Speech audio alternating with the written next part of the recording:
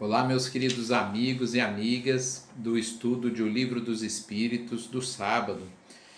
Nós estamos gravando aqui a aula do dia 15/8 de 2020, que acontece às 14h30, e estamos estudando o livro segundo de O Livro dos Espíritos, Mundo Espírita ou dos Espíritos. E estamos no capítulo 7, Retorno à Vida Corporal. Dentro do capítulo 7, estamos no item 6 da infância. E nós enroscamos na questão 383, né? Ficamos uma aula e meia na questão 383, porque falamos bastante da educação espírita nas duas últimas aulas aí. Então nós vamos retomar hoje a partir da questão 384, né? A questão 384, Kardec pergunta: por que os primeiros gritos da criança são de choro? Então o Espírito Verdade responde que é para chamar a atenção, para demonstrar suas necessidades. Se não fosse assim, né, se a criança apenas sorrisse, ficasse tranquila, os adultos não conseguiriam perceber as suas necessidades. Então é uma comunicação, na verdade, né?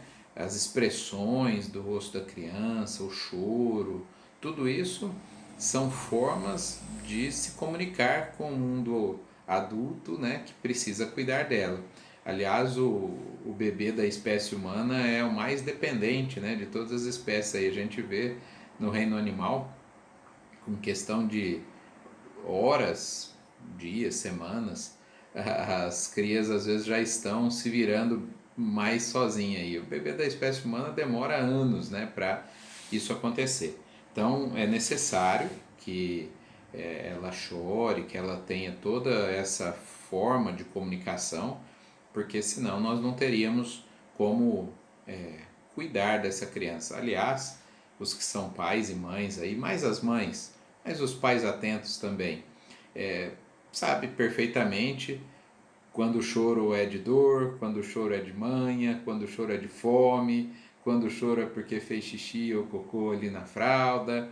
Ou seja, é uma comunicação não verbal, não é? Assim como o nosso semblante tem uma comunicação não verbal, fechamos o semblante ou sorrimos e as pessoas compreendem a mensagem, assim é com o choro também do bebê que está chegando ao mundo encarnado, né, depois às vezes de um longo período distante do mundo encarnado. Então ele precisa reaprender as coisas e nessa reentrada, no reaprendizado, ele utiliza da linguagem do choro e outras linguagens corporais para se comunicar com o mundo adulto.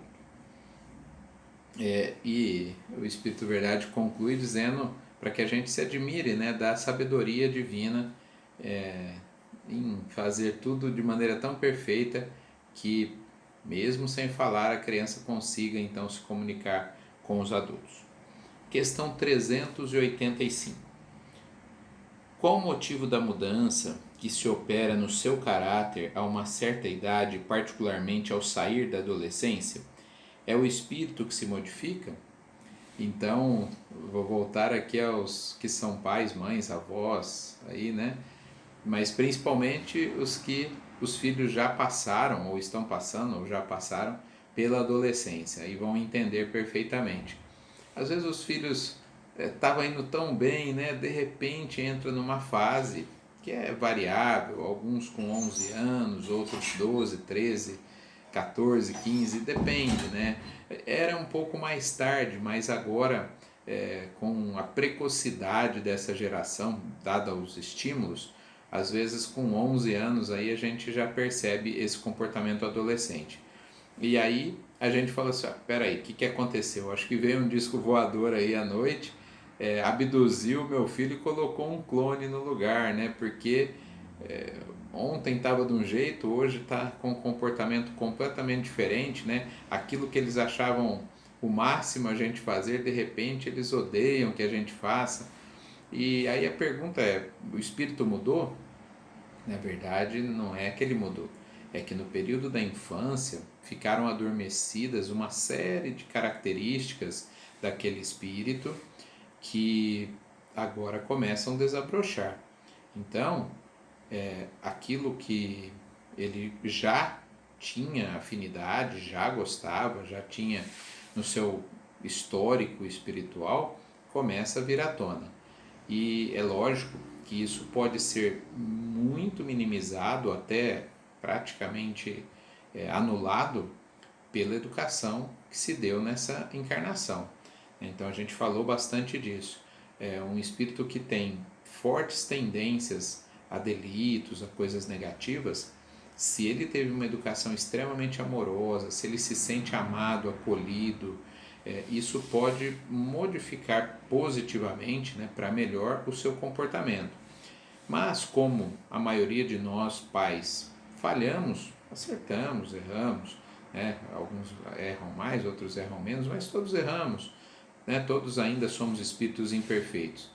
Então deixamos brechas muitas vezes para que esse passado venha à tona no período ali da adolescência.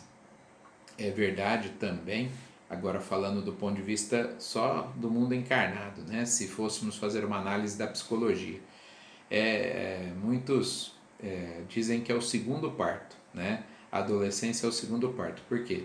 Se cortou um cordão umbilical lá no nascimento físico da criança e agora há uma necessidade de se cortar o cordão umbilical no sentido da individualidade. Aquela pessoa quer provar que ela é separada da mãe, separada do pai. Ela quer muitas vezes discordar desse pai, dessa mãe, só para mostrar que não é a mesma pessoa, né? Isso, por exemplo, se esses pais são maus exemplos, delituosos, às vezes é até bom, né? Porque esses filhos às vezes vão por um caminho extremamente acertado para negar essa figura paterna, figura materna. Mas o contrário também pode acontecer. Às vezes pais muito amorosos, mas quando vem à tona todo esse passado, esse espírito precisa dar o grito de independência e às vezes se afasta das orientações dadas ali na família, né? Na família nuclear. Então, não é que o espírito mudou, mas é que a adolescência pode propiciar esse... não é que relembra tudo, mas vem à tona uma série de sentimentos e emoções. E na questão 385 tem um longo comentário, depois dela eu vou falar sobre alguns desses itens, né? Uma frase aqui: mesmo numa criança de natureza má, suas faltas são cobertas pela não consciência dos atos. Então ela pode ser um espírito com muitas coisas erradas no passado, mas no período que isso está encoberto ali na infância não aparece, né? Não quer dizer que essa inocência seja uma superioridade real, né? As pessoas falam, não, a criança é um espírito com qualidades e defeitos, mas esses defeitos e mesmo as qualidades estão embotadas ali no período da infância, né? Aquele espírito não é um espírito superior só porque tem aquela inocência da infância. Pode ser que seja, mas a inocência da infância não é um demonstrativo disso, né? Uma outra frase interessante, ainda nesse comentário, é que nós, ao desencarnarmos, né, ao morrermos, vamos passar por uma infância na nossa reentrada no mundo espiritual. É muito comum, e eu cito sempre nas aulas, na aula do EAD de sábado eu falei sobre isso, aquele filme Ghost, né, com Patrick Swayze.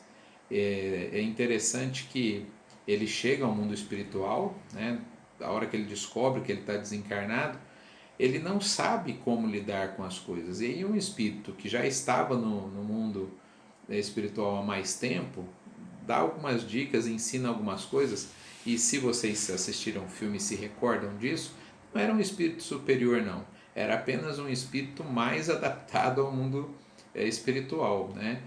Então, assim como os adultos que cuidam de uma criança não são necessariamente espíritos superiores, mas como já estão há mais tempo no mundo material, tem condição, né, de fazer isso.